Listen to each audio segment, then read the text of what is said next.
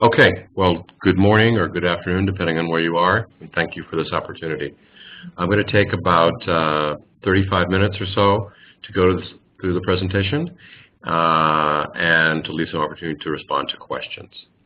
So we're going to start, obviously, with just a very quick review of what are telomeres and a bit about telomere biology. Most of you will probably know this, but just in case there's anyone who's not so familiar with it, telomeres are simply the protective caps found at the end of all DNA of all chromosomes, and which play a very significant role in the aging process. As you can see in this graph, basically, telomeres of a young cell are very long, but as cells divide through an imperfection in the process of cellular replication, these telomeres are gradually whittled away. So every time a cell divides, a little bit of that telomere is lost. And the function of the telomere is not encoding for proteins or DNA expression or genes or things like this, but rather to protect the integrity of the rest of the chromosome, which is encoding for specific biological factors. So what happens eventually is that the telomeres become critically short. And when they become critically short, they enter into what is called senescence. That is, essentially, they're unable to continue dividing, and they lose their ability to contribute their cellular function. And as a consequence, this is like a biological clock. Every cell has a finite number of divisions, and thus, by measuring telomere length, you can observe what is the level of cellular aging, and hence, since we're comprised of cells, organismal aging. And also, short telomeres are therefore a factor in virtually all age-related diseases, as we're going to see. So this is simply what I was discussing. This is called the Hayflick limit. This is named for the American scientist Leonard Hayflick, who demonstrated over 50 years ago that cells have a finite replicative capacity. And after a certain number of passages, typically depending on the cell type, between 50 to 60 passages, they will reach this critical limit and they will stop dividing. And those senescent cells will therefore no longer contribute their function to, say, your lungs, or to your liver, or to your skin. And this is the consequence of the aging process, that we lose progressively functionality in our different tissues and organ systems. And here we have another illustration of this. In any living organism, as we said, the telomeres are decreasing the function of the cells. And here you can see basically if the chromosomes are shortening, you can see that in this illustration we're seeing, for example, that the heart is aging. And a simple example of this is if we think about the endothelial cells in the heart. Endothelial cells are, of course, the important cells that create a very smooth lining inside the heart. And they're very important in protecting us from the buildup of calcium and plaque that can lead to cardiovascular disease.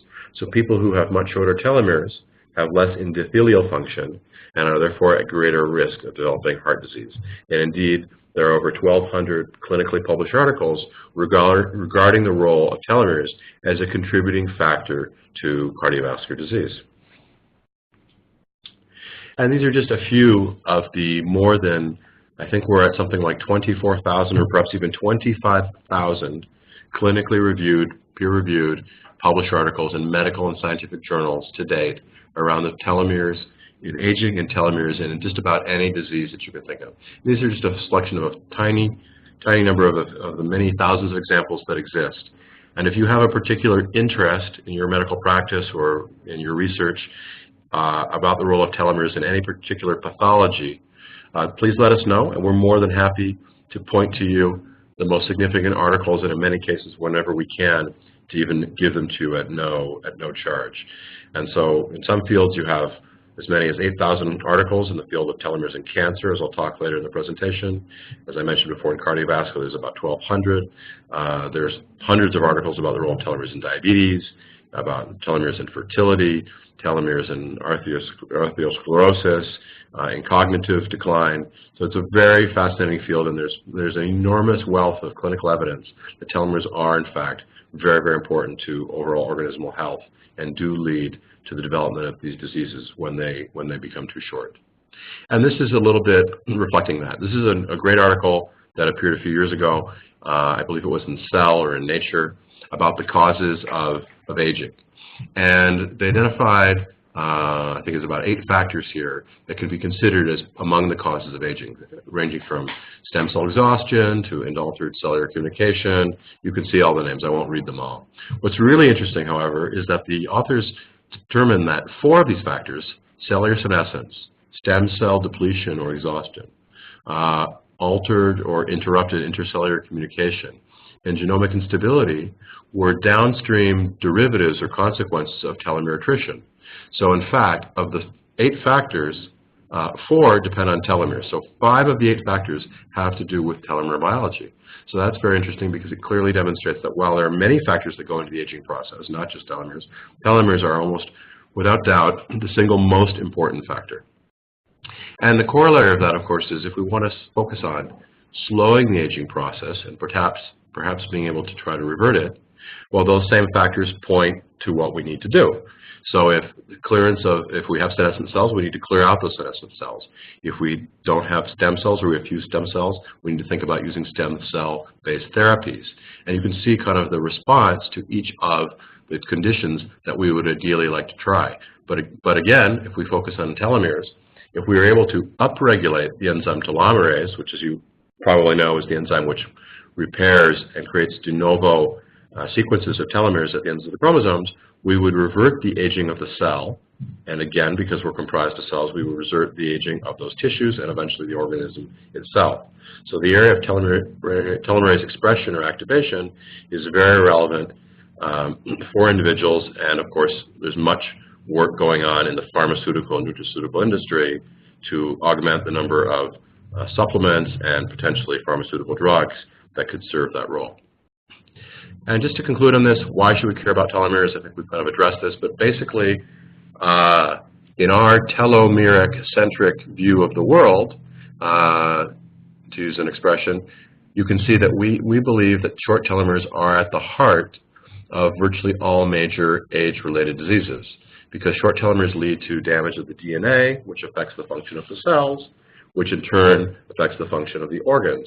And combined with other exogenous factors and other factors in aging can lead to the plethora of diseases that are reflected here. So really, whatever field of medicine you're in, these are the fields that really matter to most people. I think this covers probably most of the things that are concerned about. Of course, there are many more that we don't put on the slide, but really telomeres are very, very important to biological health and to lifespan and health span. Now, one of the interesting about telomeres is they are highly heterogeneous in their rate of attrition. We start with the fact that obviously genetics plays an important factor in telomere length. You inherit a portion of your telomere length from your family or your parents and grandparents. So people who have great longevity in their families will tend to have longer telomeres at birth, as you can see in this graph. There are individuals in the study of over 800 individuals, some of whom have telomere length as 12 or even 13 kilobases in length, and some as short as 7 or 8. So there's an enormous difference there, over almost double in some cases. And you can see over time there's a sharp decline in telomeres up to puberty. This is because we're moving from being an embryo to being an adult person, and there's enormous speed at which cells are dividing to get us to grow into full-size adults. And then it declines slightly, but it continues to inexorably decline until the end of our lives. But what you can see is that while there's the downward line is evident in the points, there's a lot of dispersion around the graph. And what that implies is that the rate of aging is not just genetic, but it is environmental and lifestyle. So you can imagine somebody who was born with 12 kilobases of telomere length, initially a great genetic gift and the potential to live a very long life, but because they live in a contaminated environment, because they're obese, they smoke, they don't have a sedentary lifestyle, they're the graph they're the point on the graph at 50 with got telomere length of 5, and they've got such bad cardiovascular disease that they've had a heart attack at 45 and another one at 48, and at 50 they've died. So whereas another person with maybe 8 kilobases of telomeres has been very cautious, and not cautious, but very careful about taking care of themselves, and by the time, and they live to be 100 because they have suffered very little telomere attrition. They've suffered just the basal rate of telomere attrition, that is the minimum rate needed for cells to continue to divide. But they haven't exacerbated the accelerated aging brought on by inflammation and obesity and sedentary lifestyle and other deleterious factors that affect human health. So this is irrelevant because it means that telomere length is a relevant biomarker. If all of the points in the graph are on the same, if we just had a solid line and all the points are in the same graph, that would really imply that there's nothing that you can do. That this is just a process that no matter what you do, whether you live a healthy lifestyle or a poor lifestyle, you're just simply going to suffer telomere dysfunction over time. Well, that is not the case. We know that people who have healthy lifestyles and make changes in lifestyle that are sustained and meaningful can dramatically slow their rate of telomere attrition. And that makes for a good biomarker because it can be used then to look at the efficacy of lifestyle programs, observe over time how well people are aging, and monitor it to see for risk stratification and to see the effectivity of the programs that they're undertaking. And as we said before, the factors that influence in telomere length are genetics, over which we still don't have any control, although one day that will certainly change. But then environmental factors and principally lifestyle factors are things that we can really control, and we're going to talk more about in this presentation. And this is just simply a summary of the same thing. It's a mixture of who you are, how you live, and where you live. And really the goal of all of this, if we think about it in the world of preventative medicine or age management medicine or proactive medicine, is what we see on the graph here. This is not just about saying to people, no, you're going to live to be 100, which of course could be nice. It's about maximizing our health span. Because clearly what no one wants is to live to be 80, 90, 100 with very poor health, with Alzheimer's and not to know who their family members are, or not to be able to have physical and mental autonomy. And what we want to achieve here is this area under the graph between the blue line and the purple line is quality of life, if you will. And it's been demonstrated that people who take care of themselves have enormous improvements in health and quality of life, and we all know this. But this is also a major contributing factor to this is telomere maintenance. And so now we'll just briefly kind of highlight some of the many, many factors that we have available for you in other presentations that talk about the specific things that make a big impact on telomere length. Clearly one of them is diet. There have been many, many studies that show, for example, Mediterranean diets, or even more broadly, just a healthy diet with low saturated fats, minimum consumption of sugar, lots of fresh fruits and vegetables. These things play a huge role in our health. And of course, I think we all know what a Mediterranean diet is, so I won't go through this. Then, of course, another complementary factor is exercise. One of the things that people, I think, have forgotten is we are animals first and humans second, meaning, yes, it's true we have a big brain, but for millions of years of evolution, we did not live with iPads and in front of computer monitors and our phone screens. And the transition or the transformation of human society from one of which our jobs had physical activity, physical labor involved, to one in which most people, at least in developed countries, are sitting in front of some kind of screen the entire day, whether it's their computer screen, they go to their TV screen, then they go to their phone screen. That is just immensely unhealthy. So more than saying exercise, it's really about not having a sedentary lifestyle. Some of the healthiest people are probably the people doing manual labor, people who are actively out there delivering for FedEx or working in the farm or carpenters or people who are doing things, because most of us just don't get enough exercise. And so going to the gym is really, really important. And it could be the gym, or it could be running, or it could be some combination of calisthenics in your house or whatever it is that you want to do. But it's clear that we are not designed to sit 14 hours a day or 12 hours a day with no inactivity. And there are many, many hundreds, I think even thousands of publications about the role of telomeres and how they're supported by people who maintain active, non-sedentary lifestyles. And then another critical important in our society and global society today is the role of the detrimental role of stress, and therefore the importance of containing or managing stress. And that can be encapsulated into this title, Mindfulness and Meditation. And really what it's about is trying to compartmentalize stress so it doesn't affect us, every waking hour. So if you have everyone has stress. Nobody is free of stress. But you need to try to make time for yourself to get away from the stress that maybe your work environment creates, or a particular family situation creates, or your financial difficulties, because at the end of the day, that, as we all know, leads to, stress can really affect our health. And stress is something that's very difficult to measure, but there are a number of articles that show that people who have very high stress often have greater telomere attrition. So whether it's classic meditation, or whether it's yoga, or whether it's just going for a walk with your dog, whatever you can do to separate from the difficulties of your day and just leave your mind in blank and try to relax is really important to health, and there's many publications that support that. And of course, people who have stress also tend to have poor sleep. They have poor insulin release, they have poor hormones, and so all of this contributes not only at a psychological level, but at a physiological level as well.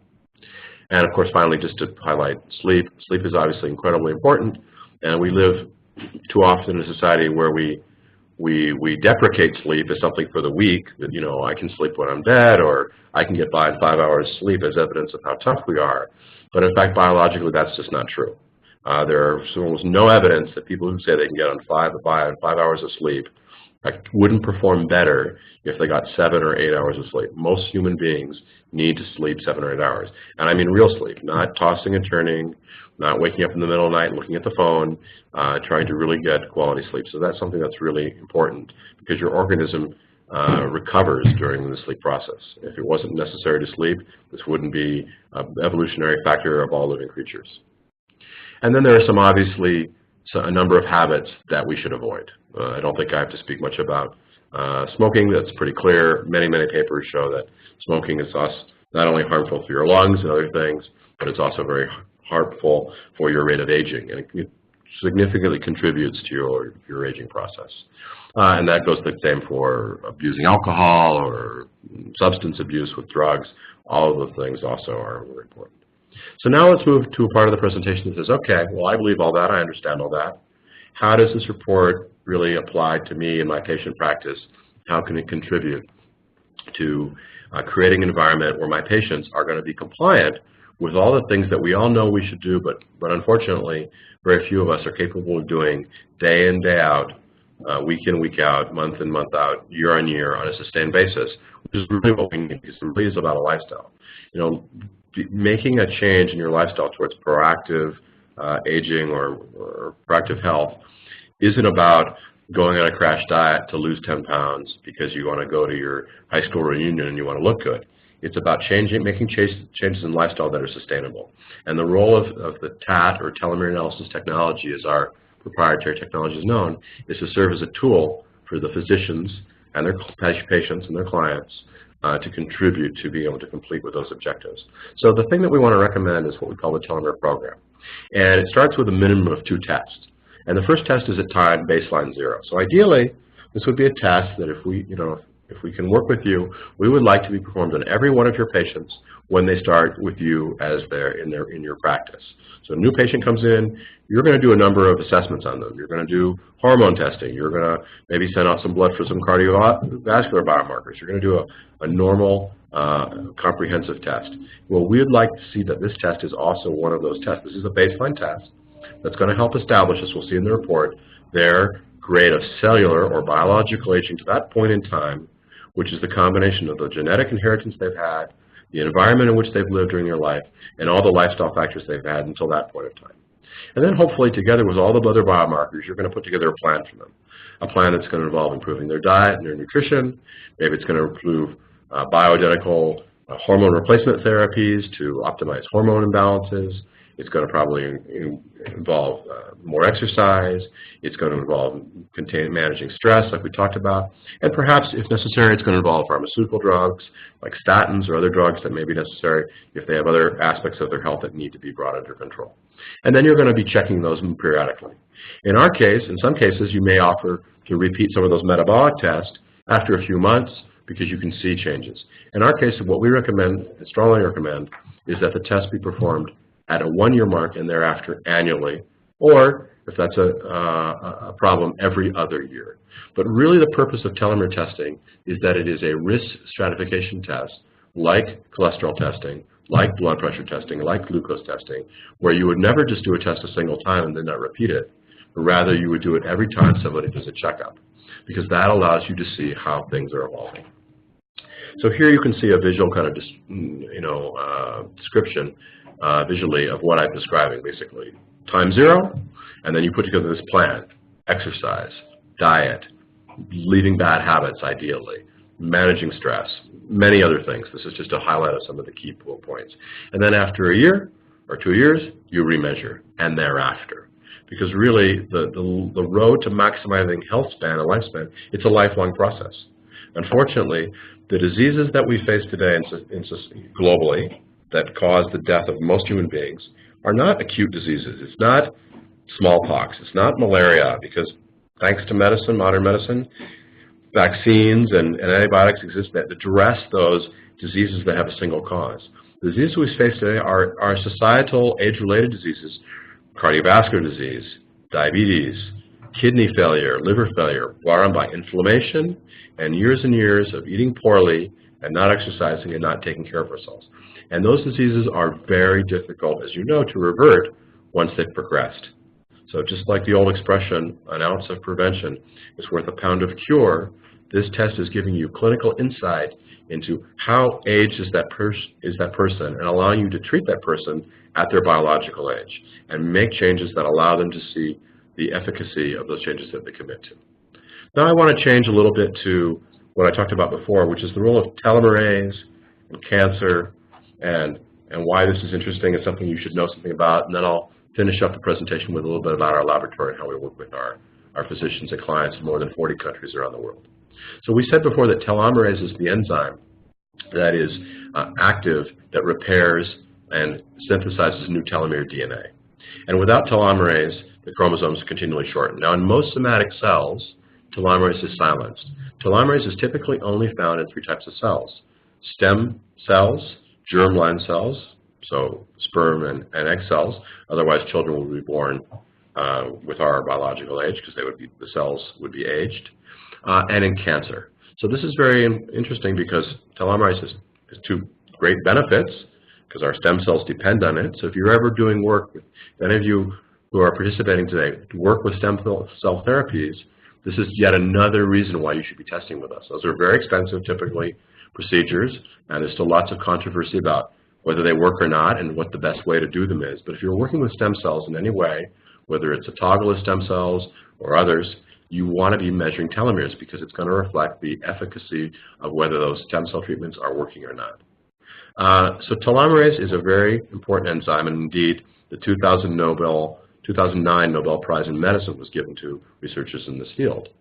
And as I said, cancer cells must maintain the telomeres to become immortal. So cancer cells escape the Hayflick limit that we saw at the beginning and are able to reproduce indefinitely because they are able to upregulate and endogenously express telomerase, and hence, even though they are dividing very rapidly, which is why a small tumor can become a large solid tumor or can metastasize very quickly, they are dividing. That telomerase keeps them alive. So this is true in about 85 or 90% of cancers. There are some other cancers that have other methods of activation. So what that implies is, if we can find molecular, that is pharmaceutical drugs, or through gene therapies, ways to inhibit the expression of telomerase in cancer, we would potentially have a very powerful tool to potentially kill cancer, or at a minimum, dramatically reduce its rate of progression, and potentially in combination with other therapies, chemotherapies, radiotherapies, drugs, allow people to have much higher levels of survival of cancer. And indeed, our company has a whole part of our business is working with pharmaceutical companies in which this research is being conducted. And this is just a kind of an illustration of what happens. So in normal, healthy cells, over time, telomere length declines, and eventually cells enter into senescence. But in some cases, there can be a mutation, and those cells then recombine. There's some chromosomal fragmentation, some recombination of the DNA, and that upregulates telomerase, which is quiescent or silent in the somatic cell, and it begins expressing telomerase. And that cell escapes this senescent process of the Hayflick limit, becomes pre-malignant, and then becomes a malignant and develops into a full-blown cancer. So this is very, very relevant in the field of cancer biology. And this is just one example of one of the drugs that is currently in development. This is from a biotech company out of San Francisco called Geron, which has licensed this particular molecule called immortality to Johnson & Johnson, which is now in clinical trials for breast and lung cancer. I think we've covered this sufficiently. I'll mention now just a little bit about our company, just to give you some background. We are, I think we can say without boasting, the world's reference laboratory in telomere biology. The company was originally founded in 2010 as a spin-off of the Spanish National Cancer Research Center, which is the most prestigious, probably, research institution in Spain. And we have the support of a very important foundation, the Matlin Foundation, and we've obviously brought together groups of investors to fund the business. Since 2014, we have had our own independent laboratories located in a very important scientific park just outside of Madrid. And if any of you are ever going to be in Spain, please, by all means, let us know. We're always very happy to meet with you in person, always very happy to show you our laboratories, which I assure you are very impressive. We are currently the only lab in Spain and one of a very few, just a handful of labs worldwide that is a federally FDA certified CLIA laboratory. And you can see there our CLIA accreditation. We also hold another license which internationally is much more recognized than the American accreditation, called the ISO 15189. This is for clinical laboratories, and this is recognized in more than 65 countries around the world. Of course, we're accredited by the Spanish Ministry of Health Authorities and by an independent accrediting body called the American Association for Laboratory Accreditation, or A2LA. So we are a fully licensed and regulated laboratory, and in fact, we actually even hold licenses in 13 of the 14 states in the United States that have some additional requirements. So we hold licenses in Florida and California and other states that have additional requirements. The only state where we do not hold our license is New York, which is a very difficult process, and we're still evaluating how to do that. I'll talk just a minute about how our TAT is not just a tool in preventative and personalized medicine, but it's also being used in a lot of research to demonstrate further clinical validation and broaden its use. And here we have a number of the European Union studies in which we have been participating. I'm going to focus on the first one, the most important one for us, which is called ONCOCHECK, which is a €3 million grant that we were granted by the European Union under the most important grant program that exists in Europe, which is called Horizon 2020, to carry out a clinical validation of our test as a diagnostic and prognostic tool in oncology. This project was funded in 2016 and is currently running to the end of this year. We were selected just one of 9 companies in 2016 in all of Europe that got this grant in life sciences, so it's an incredibly prestigious thing to get, and I think reflects the uniqueness and importance of the tool that we've developed. And there are approximately 32 hospitals in Spain involving over 5,000 patients and controls participating in the study. And the areas of cancer that we're focusing on are reflected on this table here. These are some of the participating hospitals. There are many more. But basically, we're focusing on demonstrating diagnostic visibility for early detection of prostate cancer in an algorithm with PSA testing, which, as you probably know, is kind of the gold standard today for screening for prostate cancer is PSA testing. There are other more sophisticated tests, but they're very expensive and they're not done routinely. We believe our test, together with PSA, can demonstrate significantly higher correlation with positive prostate cancer biopsies and hence reduce the number of unnecessary biopsies dramatically. We're also trying to demonstrate diagnostic capacity in lung cancer, for which there is currently no blood test. And then we're trying to show prognostic utility in both children or acute leukemia, children's leukemia, as well as CLL, chronic leukemia, for typically found in older people, as well as for the application of immunotherapies, which, as you're probably aware, is the new frontier of cancer, in which over $150 billion is being invested globally to develop drugs and therapeutic methodologies for helping our immune systems, to support our immune systems so they in turn will fight our cancers. So this is a very ambitious project. There are hundreds of people working the projects in this project, and we expect to start publishing results of this work during the course of 2018. And this is just a bit more of a detail about the project. I'll talk a little bit to conclude about the uniqueness of our technology, our report, and be done. There are other companies, there are a few other companies, just a handful in the world, that do offer the services to measure telomeres. I can say to you with confidence that this that our technology is the best, and that's very objective, and it has to do with the limitations, not of the laboratories that do other tests, because they're all good labs, but because of the actual techniques that they use. So the three techniques that are most commonly used are quantitative polymerase chain reaction, or qPCR, flow cytometry, or flow FISH, and then our technology, TAT, telomere analysis technology. The first two tests only provide average telomere length. And this is a really big problem with those assays, because it's not average telomere length which determines cellular senescence. It's the shortest cells, the shortest telomeres in the cell, that determine whether a cell continues to divide. And the analogy that I always use is like measuring tire pressure in a car and a truck. Average tire pressure doesn't tell you which tire is flat. If you've got a flat tire, you've got to know which tire needs to be changed, because it's that flat tire that causes the problem for driving your vehicle. And the same in cells. It's the shortest telomere that sends out the message to the cell that it's not safe to continue to divide because it may cause chromosomal aberration or mutation. That's the mechanism that should shut down that cell to avoid it becoming cancerous, as we saw. So average telomere length almost gives no clinical insight. The other factors that are important is qPCR has a very high, what's known as CV, or coefficient of variation in the lab industry, which means the same sample runs three times from the same patient can give three different results. And unfortunately, those results can typically be as high as 20% between one and the other. So if you think about that in the analogy of a cholesterol test, if your first result is 200, your second result from the same sample is 240, and your third result is 160, you're looking at a person who either has very good cholesterol numbers, borderline, or high cholesterol. That is not an acceptable outcome with an N of 1 in medical practice.